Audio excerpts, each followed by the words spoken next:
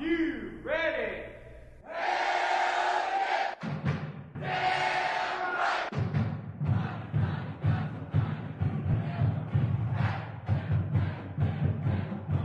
Welcome into our Charter Road Hospitality Studios here at the Hampton Inn in Oxford. This is Hotty, Toddy, Hotline. I am your host, Browning Stubbs. We've got a special show for you guys this week, and that's because we're talking Ole Miss Pro Day. 3 years ago, when Ole Miss signed the best recruiting class in its history, many thought a lot of those players would become NFL players. Well, they are one step closer to that dream as Ole Miss hosted Pro Day, where over 19 players participated and did several different drills, and Ole Miss might get 3 first-round picks in this year's NFL Draft with Laramie Tunsil, Laquan Treadwell, and Robert Kimdichie. All 3 of them participated, and we're going to talk about all of that on Hotty Toddy Hotline this week. And some other players, some under-the-radar guys, did well as Ole Miss really showed up and showed out in front of a national audience on NFL Network and the SEC Network. We're going to talk with David Kennedy of NewsWatch Ole Miss about that. Plus, Ole Miss baseball, their struggles continue as the Rebels fall to the South Carolina Gamecocks, got swept. I'll explain what happened there. Plus, got some other big sports that are having events coming up. Women's golf has the Rebel Intercollegiate this weekend, and much, much more coming up on Hotty Toddy Hotline. So turn your radio up, keep the TV on, and let's get it going. This is Hotty Toddy Hotline. Hey, Rebels, your truck is here. Allen Samuels Chrysler Dodge Jeep Ram in Oxford presents the all-new Ram Rebel. It's Ram, the Rebel way. Send an unmistakable signal. Rebel 24/7. Ram Rebel from your friend in the car business. Allen Samuels Chrysler Dodge Jeep Ram in Oxford. Come by, let's be friends.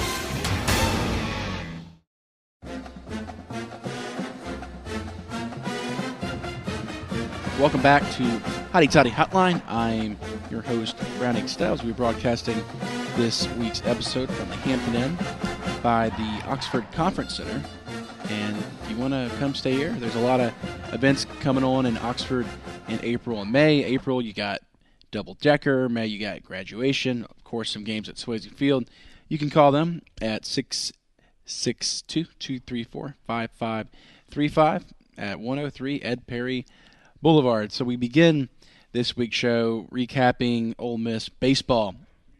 And this was a team that was ranked high as number 6 in the country just last week. But unfortunately, Ole Miss, they came into this weekend with a 20-2 record. Unbelievable. But they ran into the number 14 South Carolina Gamecocks, played a Thursday night game, and lost that one 5-1. And, you thought, well, Brady Bramlett just had a bad game. I mean, he really did. Allowed 4 runs on 8 hits and 3 walks. And really, he just put Ole Miss in a hole, and Ole Miss wasn't able to get the offense the rest of the game.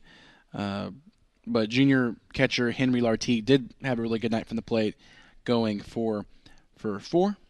Second game, you thought you could maybe get over that little slump Ole Miss had, but then they took on South Carolina again and lost 9-5.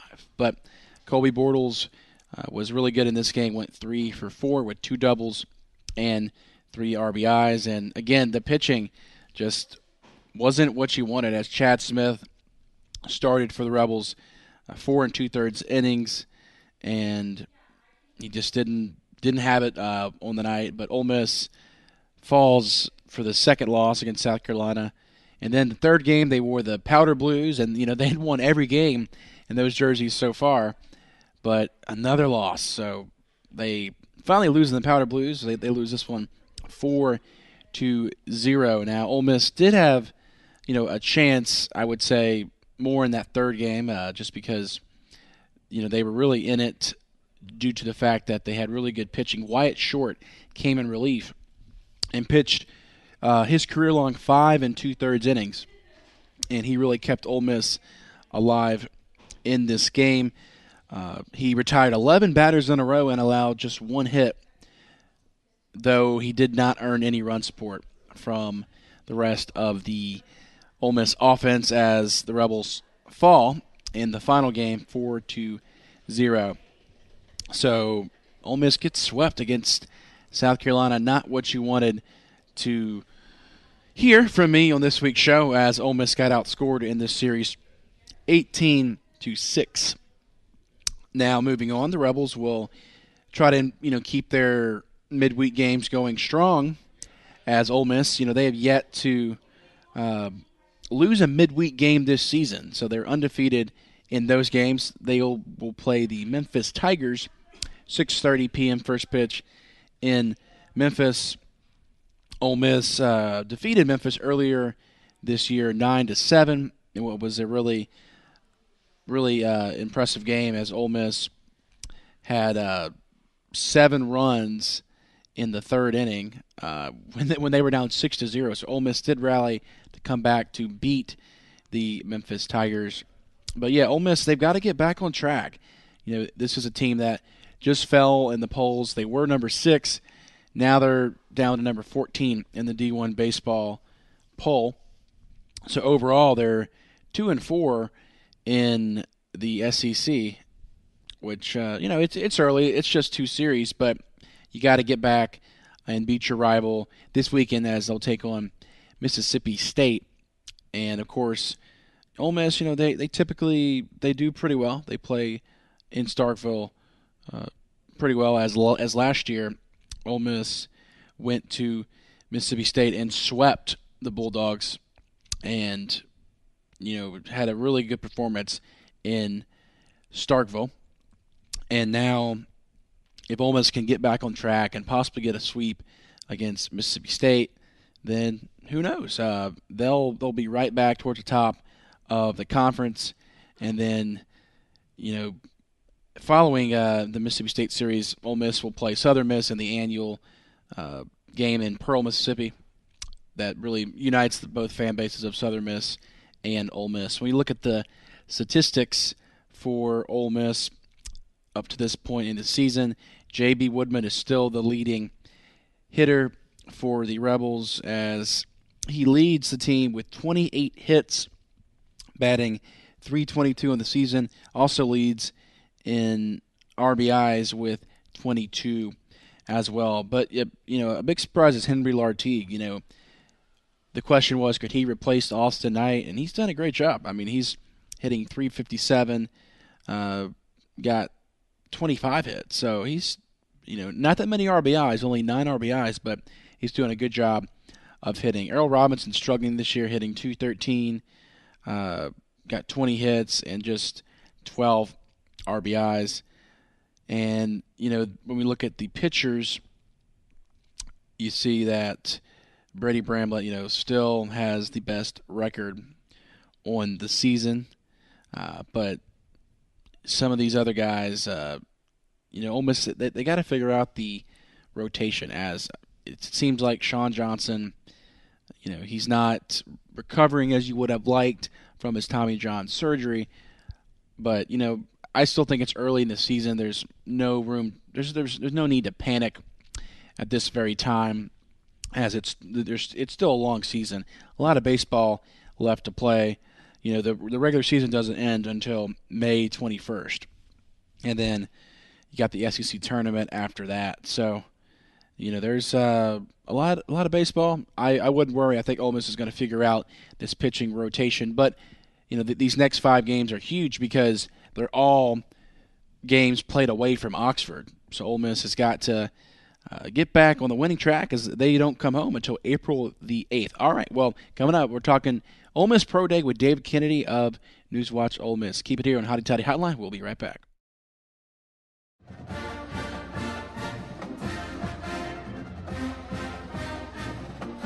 And welcome back into Hotty Toddy Hotline. We are now joined on the phone by the sports director at NewsWatch Ole Miss and producer for Rebel Watch, David Kennedy. How's it going? Good, Browning. How are you, man? I'm good. Just covered the Ole Miss Pro Day. You covered it as well. I mean, what a turnout we had, David. I mean, over 60 scouts of NFL personnel were in attendance, 5 general managers were there. Even head coach of the Tennessee Titans, Mike Mularkey, was there to watch Laramie Tunsil in his drills. I mean, just what does it say when, maybe just a few years ago, maybe you would get maybe a third of the scouts there and, hardly any media till now, where you're talking, hundreds of people at this event. I mean, just, how far has Ole Miss come to get to this point?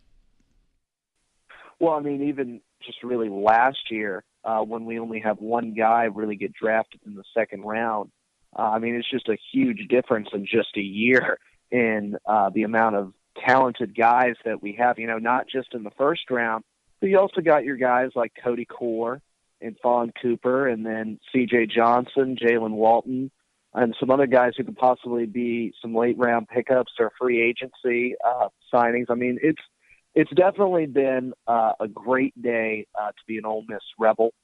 And, I mean, it's a historic day. The guys who went there seemed to have good days and performed well, especially, Laquan Treadwell getting in the 4.6s, and Trey Elston has had a lot of good reviews that we've all been seeing from these guys. And I think just, it's a testament to the talent that Hugh Freeze is, just bringing in and recruiting.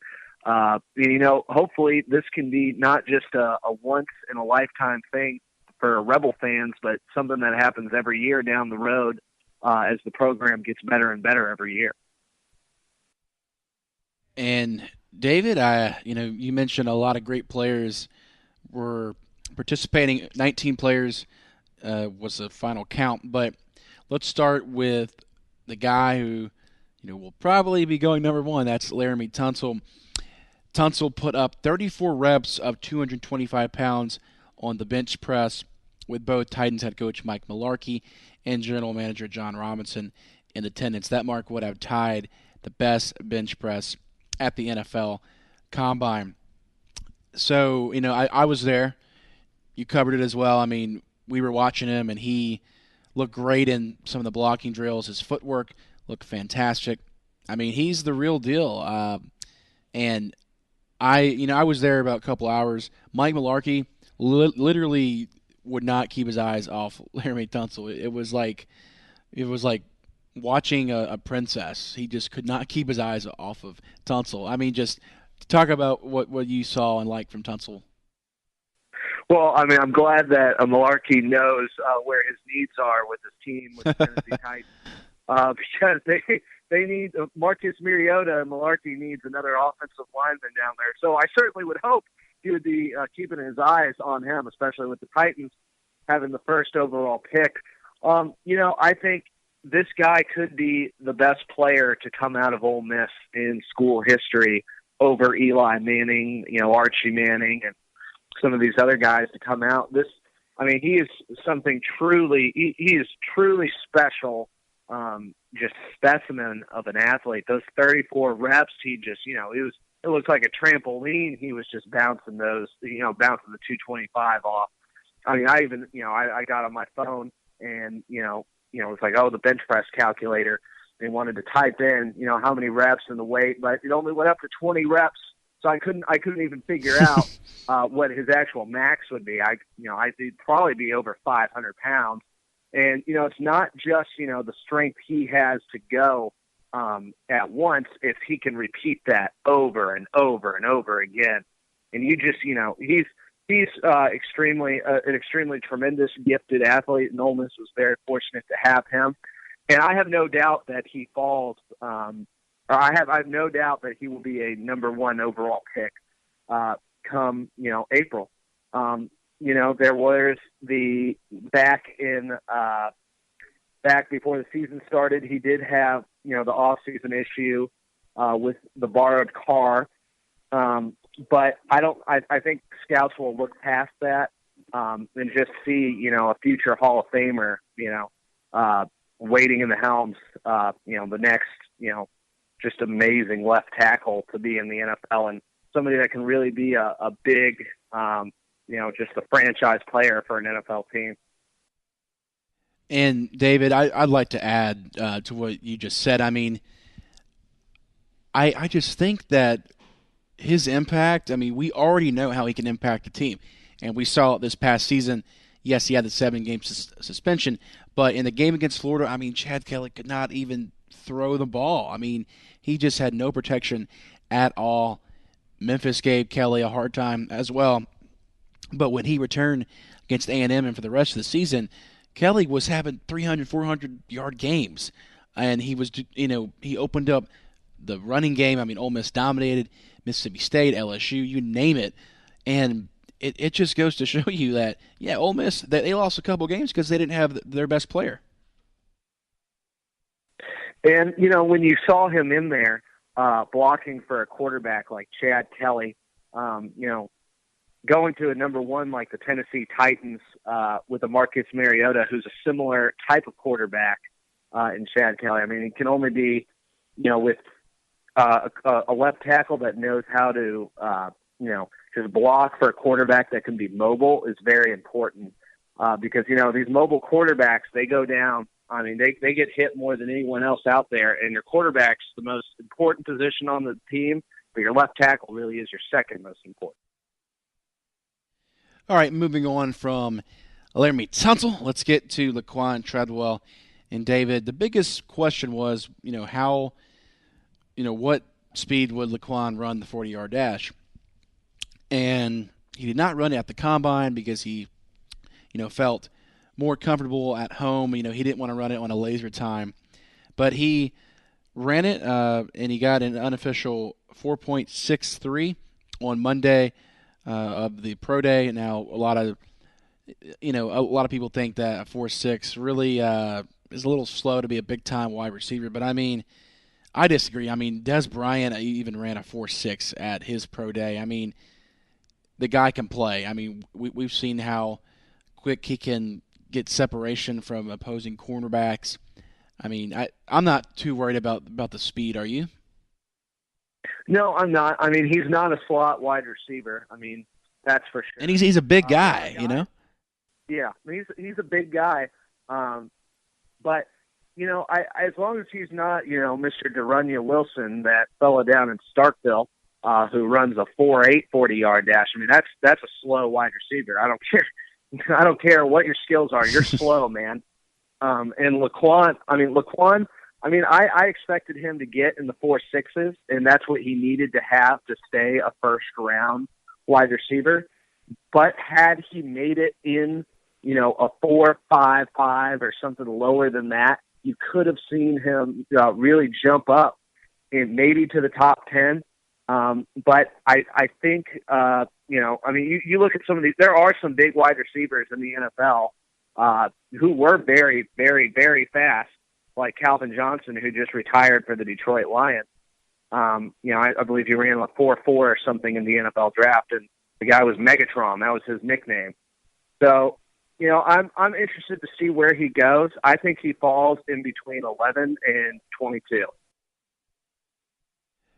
Let's stay on offense, and then when we go to break, we'll get to defense. But, who are some other guys that really impressed you? I mean, Cody Core recorded the best vertical of the day with a jump of 37.5 issues. Jalen Walton was fast. He ran a 4.5, and, there were, several guys who looked good. I mean, on the offensive side of the ball, who really stood out to you?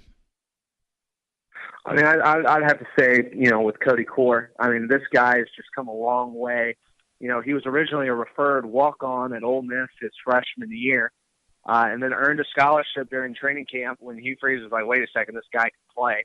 But, I mean, he started off, on the special teams and had to work really hard. And what got him his starting position, I mean, he was a talented guy. You got to be talented to play in the SEC.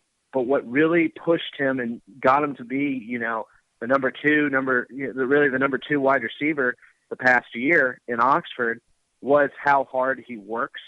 And I think scouts are going to have taken notice of that. I mean, when you talk to the guy, I've talked to him multiple times, and he is a very humble, very slow, just, talking, just, he wants to do whatever is the best for the team. And, you have a lot of guys who, go into the NFL draft and they're cocky. lit up college, and they're like, I'm the man. This guy had a very solid senior campaign. And I think, if I'm an NFL team and he's available in, the 4th or 5th round, and, I have a wide receiver spot, I take him 100% because you're going to draft a good character guy who's going to work hard and maybe could develop. I mean, if you look at his trajectory, if he improves every year at, like he did at Ole Miss, the way he does the next 4 years in the NFL, I mean, you could look at a guy who's, a number 3 wide receiver on an NFL team. That's really, the highest I can really project him being, going far in the NFL. Maybe a Terrence Williams sort of a comparison there. I can kind of see how those two guys are similar in the way they play. But I'm very impressed, not with just his pro day, but also his character. I completely agree. Cody Core, a very humble guy, worked hard, and hopefully he'll get a 3rd or 4th round pick, like you said, David.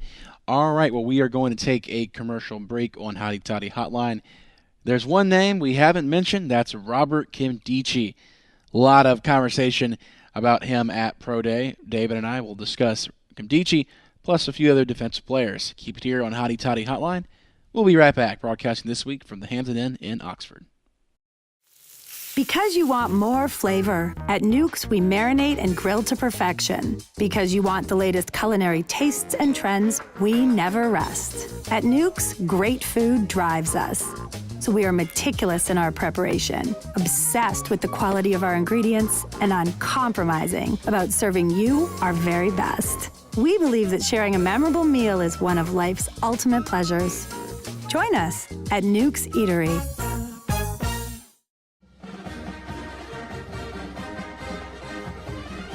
Welcome back to Hotty Toddy Hotline. I'm Browning Stubbs with Dave Kennedy of NewsWatch Ole Miss, sports director there, and producer of the sports show Rebel Watch. All right, David, let's get to the defensive side of the ball. And, I'm a realist. I thought Laramie Tunsil and Laquan Treadwell were amazing players at Ole Miss. Robert Nkemdiche, I thought he underachieved a little bit, and it didn't help that he's got all these off-the-field issues. But part of that is, he's got his brother, Denzel Nkemdiche, who, we all loved Denzel, great tackler, but it seemed like Robert was put in bad situations because of his brother, Denzel, and, you couldn't ask Denzel to transfer or anything because then he would say, oh, Robert's come with me. So, you couldn't separate them.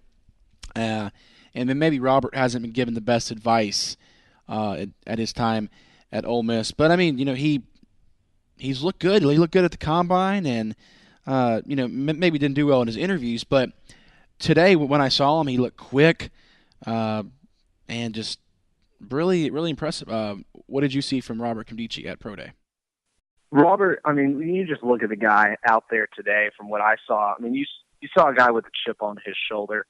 I mean, he's a specimen in himself just as much as Laramie is. He's just a real clean-cut, defensive tackle. He went through the drills really well, the cone drill. He's a big, strong, physical dude. But, I mean, I don't think the question is right now whether it's, how talented he is. I mean, he has the knocks on his toughness and, his motor.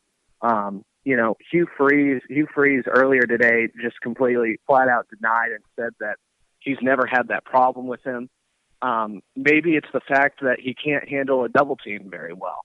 And I think he excels in, the run game, going up against the run. But he really does need to work on going up against, the pass rush. He's not a very passionate pass rusher. When he was a 40-yard dash guy but when you see him on the field, he doesn't seem like he's getting to the quarterback very quickly. And I think, a lot of that had to do with the double team, but when you get to the NFL, the best guys are always double teamed.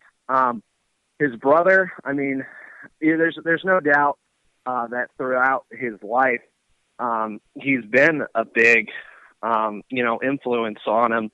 And it's sad to just, to just have to hear that, your own blood brother, people, say that he's a bad influence on you. And this hasn't been just an Ole Miss problem that people realize. This has been something since high school. When he was in high school, he lived with, his defensive line coach, the quarterback's family. He wasn't even living with his brother. And it kind of like, goes back to, how, I feel a little bad for the kid. Do I think if I was an NFL team who had millions of dollars to really, invest in these guys, would I pick him? He's rated the number 9 defensive lineman right now, according to Scout.com, or not Scout.com, Scout Inc. I might look at some of these other guys because of, the hotel incident and, the bong Snapchat picture from the Tennessee fan. I might shy away from him.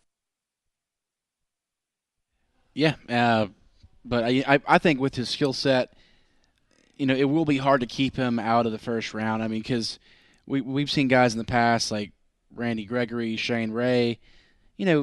Some of them have been worth the risk. I mean, you might have just kind of answered it, but do you think Robert is worth the risk considering, he may not have his brother living in his new city? Well, I mean, at the end of the day, you still make your own decisions, regardless of your brother, regardless of your family, regardless of who you are or who you're around. The constant logic would be, maybe he needs to go to a city that's very boring, but then you see Johnny Manziel, live it up in Cleveland, Ohio, of all places. So it's not even going to be necessarily the city that he's drafted to. It's going to be the coach that takes him. And he needs a strong, just mentor in his life. He needs a strong coach to take, the player on. Would I say the Dallas Cowboys would be a good fit? I don't know. I don't think Jason Garrett could handle somebody with a lot of, has had like a trouble past. But a Bill Belichick, I think, Robert Condici needs somebody he's going to take very seriously. Maybe a Ron Rivera, in Carolina. Now, I don't know if Carolina wants any more Ole Miss defensive linemen. That's a whole another question for another day. But, I project him somebody past, the 20th overall, not necessarily because of his past, but really just because there's some other good defensive linemen in this draft who can, get to the quarterback a lot faster than he can. Let's get to some other defensive players. And Mike Hilton runs a 4.5. Trey Elson runs a 4.4. Chief Brown runs a 4.6. Jenny Ward runs a 4.74. You got to think we're going to get one of these other guys drafted, whether it's Trey, Mike Hilton. So, who at Pro Day do you think, could possibly be a late sneaky pick for one of these teams? Well, you got to love the speed Trey Elson produces with the 4.4 40-yard dash today. I thought, he was just playing out snubbed from the NFL Combine, which hurts. And, I know his size, was really a big factor into the reason why he wasn't invited to the NFL Combine, even after being really a contributor since his freshman year. I know he didn't start every game his freshman year, but for the size that he lacks, you go back all the way to that UTEP game, his freshman year, where he just laid that wide receiver out who was bigger than him. So I could see a team in the later rounds taking a chance on him because of his heart, his tremendous work ethic. And that's, I only have good things to say, too, about Hilton as well. He's in a similar boat. He ran a solid 40-yard dash today with the 4.5. And I could see, another team, maybe a seventh round pick, probably more likely a free agent pickup, somebody taking a camp invite. So we'll see. Yeah, it was just a great day at Pro Day. We saw Archie Manning was there, Cooper Manning was there, Ross Bjork, Hugh Freeze. They were all chatting together, which was kind of cool. And it seemed like Ole Miss got overall a really good reception from everything I've seen from NFL Network to the SEC Network. Now, what's at stake? Ole Miss could have 3 first-round picks, which would be a first time that's ever happened, as back in 2009, Ole Miss had 2 first-round picks in Michael Orr, who went 23rd to the Ravens, and Prey Jerry went 24th to the Falcons. So, David, we got just about a month left till the draft starts, because the draft starts on April 28th. What do you think will happen as far as these Ole Miss players in the next month, as far as preparations for getting ready for Chicago? Well, there's nothing. This is the month where not much good can happen, especially for guys like Robert Kimbichi and Laramie Tunsil, where the interviews are over, the pro days are over, the combine is over. Now it's where do you make a bad decision and get a DUI? Because it's almost too late at this point. If you're not going to have the opportunity to, if you got a DUI, in January or June of last year, you'll have a chance to talk to a scout and answer the question, what exactly happened. You get one in this month leading up to the draft, you could cost yourself millions of dollars. So it'll be a silent month. It's really just going to be the month of, just ESPN's analysts just really, sort of self-promoting or, promoting certain guys, creating buzz for some, not creating for some, kind of like knocking down some other guys. And then, the NFL teams kind of already know who they, want. They're just kind of creating right now they're just creating, their board and their positions, reviewing all of the candidates. I think for Ole Miss, it's going to be a historic draft day, and I'm really looking forward to producing a show that day. So we'll see. It's going to be something very special. I have a good feeling. David, you're awfully kind. Great insight from you as usual. So I want to thank you for coming on Hotty Toddy Hotline, and we will catch up with you down the road, sir. All right. Thank you, Brandon. It's David Kennedy. Follow him on Twitter at David M.J. Kennedy. All right. Well, let's take a break on Hotty Toddy Hotline. When we come back, we'll talk some NCAA tournament. The SEC is shut out of the Final Four. I'll get to what's going on in March Madness. Stay with us on Hotty Toddy Hotline. We'll be right back.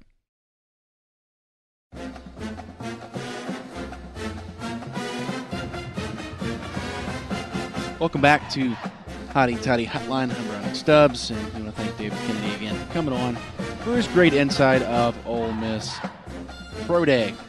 Now, we talked about Ole Miss basketball not making the postseason, but one news for them is they did receive a visit last week from a guy named Cullen Neal, who is a graduate transfer guard from New Mexico. His dad, Craig Neal, used to coach, still coaches New Mexico, but Cullen played for his dad, but received some criticism because he was the coach's son and all that stuff. But he did visit Ole Miss, and he had a really good visit. Came down with his mother, and Ole Miss needs a point guard. He's a big point guard, 6'4", and the guy can shoot. So you hope that you will be able to bring him in, because Ole Miss, they need as much help as they can get with Stephon Moody leaving.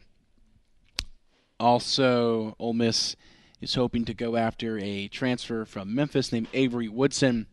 Avery Woodson is a dominant three-point shooter who played this past year for the Tigers. Announced that he was transferring.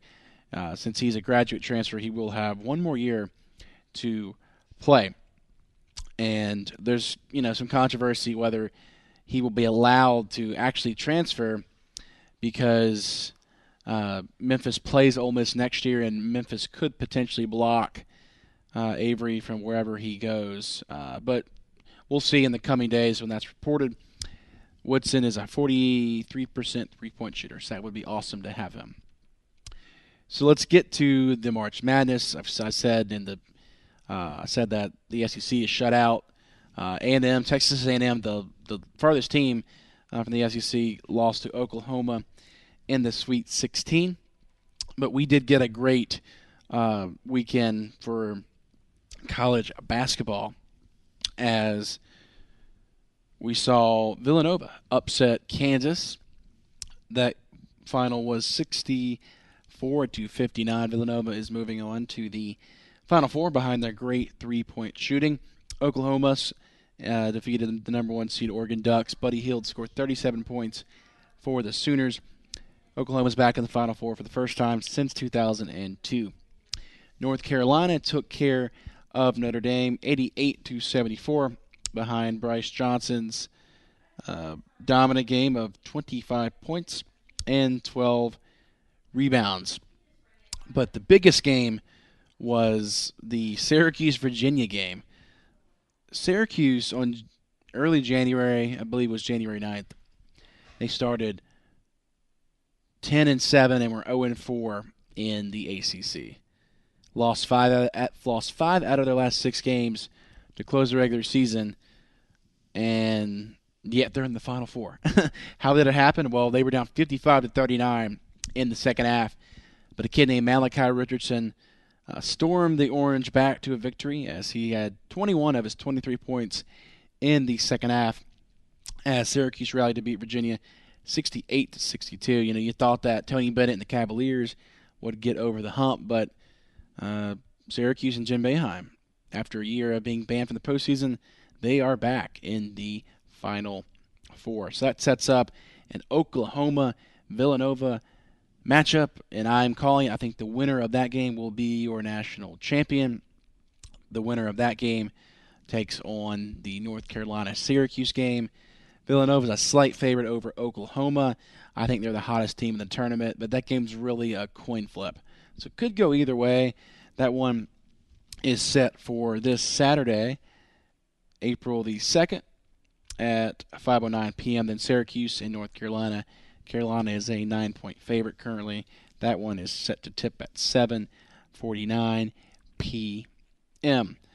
College basketball is almost coming to an end, so for the rest of the time on Hotty Toddy Hotline, we'll just probably have some more Ole Miss basketball recruiting news for you, as a lot of the high school kids usually sign their basketball letters in April. So we should have an update for you in the next month about how the roster will look for the Rebels next season. All right, well, that wraps up our basketball discussion on this week's Hotty Toddy Hotline. Coming up, we're going to wrap up the show, and I'll give you a schedule and breakdown of what's to come this week in Ole Miss sports. Keep it here in Hotty Toddy Hotline. We'll be right back. Hey, Rebels, your truck is here. Allen Samuels Chrysler Dodge Jeep Ram in Oxford presents the all-new Ram Rebel. It's Ram, the Rebel way. Send an unmistakable signal. Rebel 24/7. Ram Rebel from your friend in the car business. Allen Samuels Chrysler Dodge Jeep Ram in Oxford. Come by, let's be friends.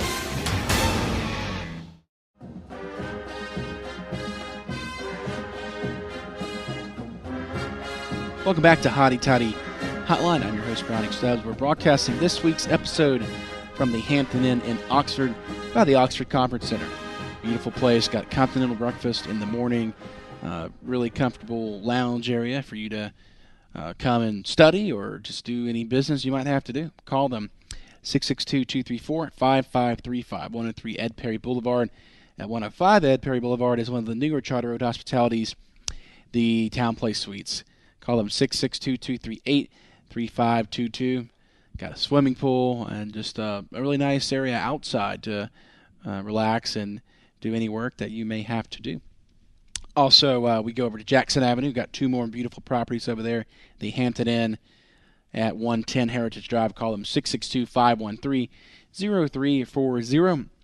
And right up the hill by the Huddle House is the Holiday Inn Express at 112 Heritage Drive. Call them 662-236-2500. That's Charter Road Hospitality. We thank you for making this weekly sports show, Hotty Toddy Hotline, happen. So let's see what's coming up this week in Ole Miss sports. Of course, the baseball team, Wednesday, 6:30, they take on the Memphis Tigers. And then this weekend, they will have a series against their rival, Mississippi State. And that series begins on Friday as the Rebels and Bulldogs first pitch 6:30.